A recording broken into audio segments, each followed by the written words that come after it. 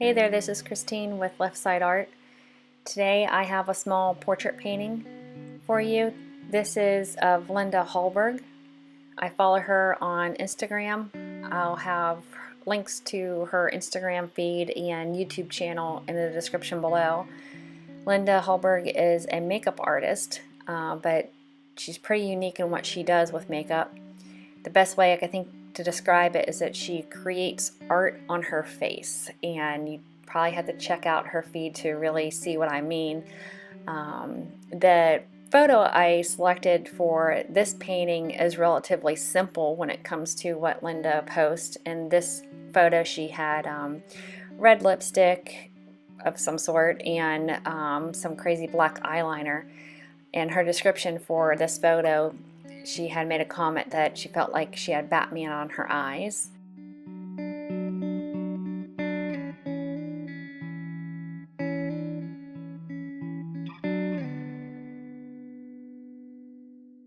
I'm using Strathmore Bristol 500 series paper. It's incredibly smooth.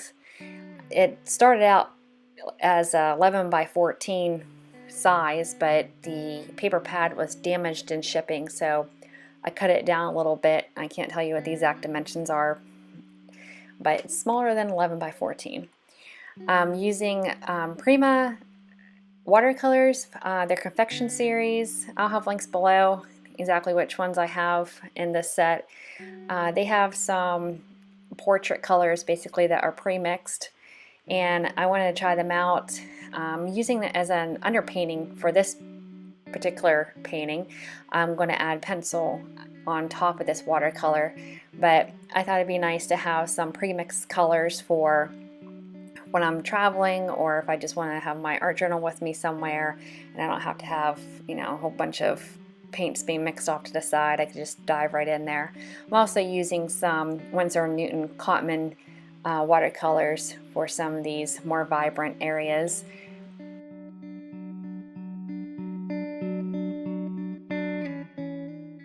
I was also playing around with the shadows quite a bit. I wasn't too sure what tone I really wanted in this. Didn't really have a straight plan when I started this. I just wanted to paint her, and I figured why not take it casually and see how it turns out. And with the galaxy scene that I ended up having, I added some of those colors to her shadows and her face to kind of tie it together, and her lips and such. I also have some of the shimmer colors from Prima Marketing watercolors in this set as well that I'm using, and I wanted to see how they would react on this type of ultra smooth paper, and if I could really lay color pencil over them or put the shimmer color on top of color pencil. A little bit of this was experimentation for me as well. I also wanted to use some of the metallic colors in her jewelry that she has and seeing what I could do with that. Her skin looks a little blotchy here, but that's because I'm just waiting for layers to dry before I go back in and layer some more on top. This is where I started in with some of the shimmer colors, and it ended up having the slightest gritty feel to the paper, and I actually wasn't too happy with that. It just felt like it was not only gritty, but it just didn't feel as, well, of course not as smooth, but it almost felt like the next layers of watercolor I put down on it didn't take as well as the first few, which definitely was my mistake. I should have waited until I was further along to try the shimmers on top of it, but I was a little too overeager. Her hair here is pretty dark in the photo, but because I was planning a galaxy scene in the background, I want her hair to kind of like fade into it a little bit, so I use a lot of purples and blues, and I don't like to go in straight black anyway, because I think it looks extremely flat, especially with hair color and such. So on her eyeliner here, this is what I'm painting in. I started with some blues and purples and just kept layering it until it got dark as I wanted.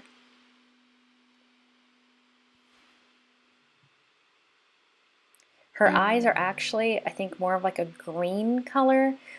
Sometimes in some of her photos I can't really tell if, you know, it's the lighting or she used a filter. In this case, I didn't go so much with the green. Sorry, Linda. I really wanted to tie this in with the purples and blues that I planned for the galaxy. So I went a little off from the reference photo from here, but overall I think it turned out pretty close to resembling her. At least I hope so. I'm going to post on Instagram that you know, I did this and tag her and hope that she likes it. I've seen other artists as well create paintings or drawings of her, so I'm definitely not the first, but it's very tempting because she already is so beautiful, and then what she does with her makeup is just, I think it's incredible. Now I'm starting to layer luminance pencils on top of my watercolor. These are super smooth and super soft. I love them. I got the full set as a Christmas present, and I have been using them a lot since then. But otherwise I use polychromos, and I really like those too, you know, for different applications. The polychromos are definitely harder, and but these ones are, I think, perfect for getting that super smooth skin tone, which I was really amazed on how much smoother her skin really did get from going from watercolor to adding the color pencil on top of it. I'm using a little bit of paint thinner here, the Mona Lisa odorless paint thinner, which, even though it's odorless, still use it in a ventilated area.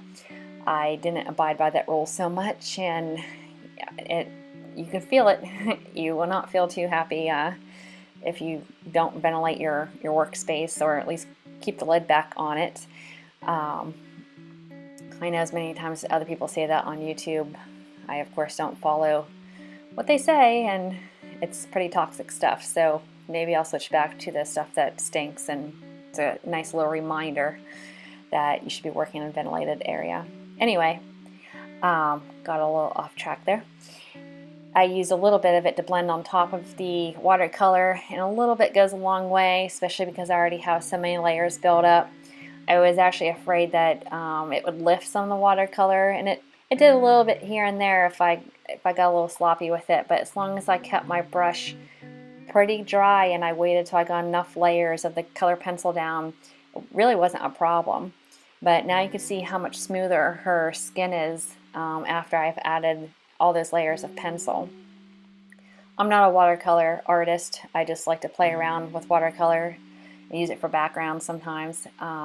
So I'm sure somebody else could have gotten super smooth skin with watercolor, but I was not interested in doing so. I don't have that much patience. I'd rather jump into using some of my pencils.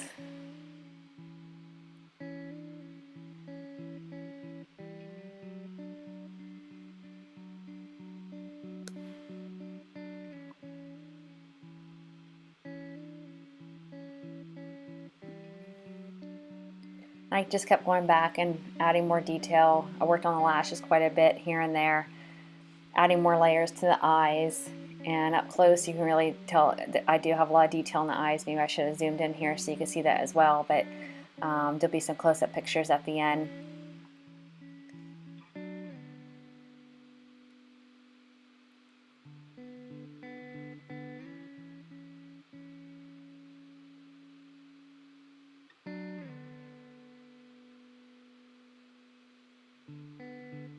I'm just going back through and adding some more layers, more shadows and highlights where I think things need adjusted, adding a little bit more warmth back into her skin.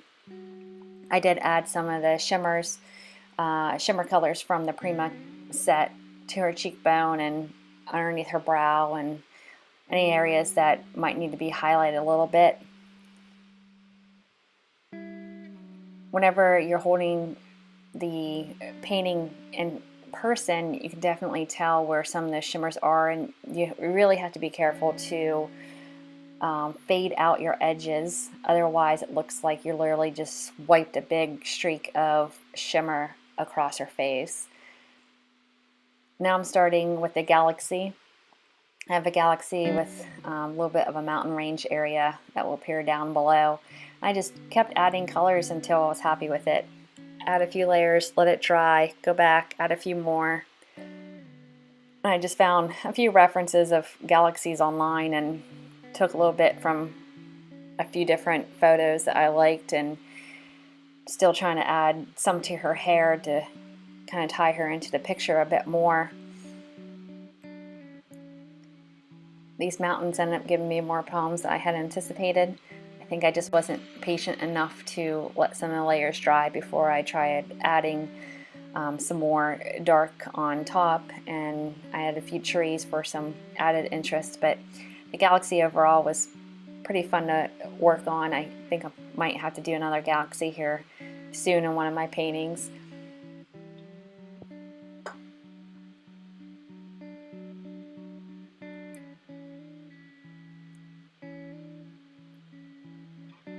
I did use a little wee bit of white gouache mixed in with some of my watercolors for the galaxy area, just to lighten it back up, make it a little more opaque.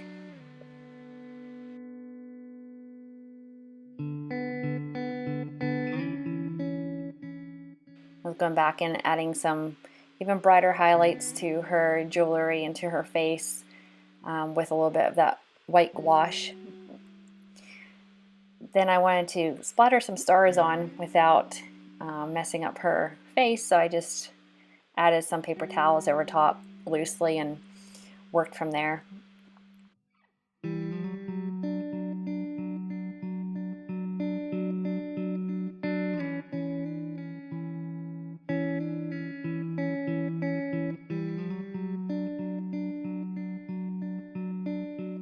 For some final touches, I added some of these fine tech mica watercolors to her face. I primarily used some of that very light white shimmery color at the end there for some highlights to her face, her jewelry, and the stars to tie it all together.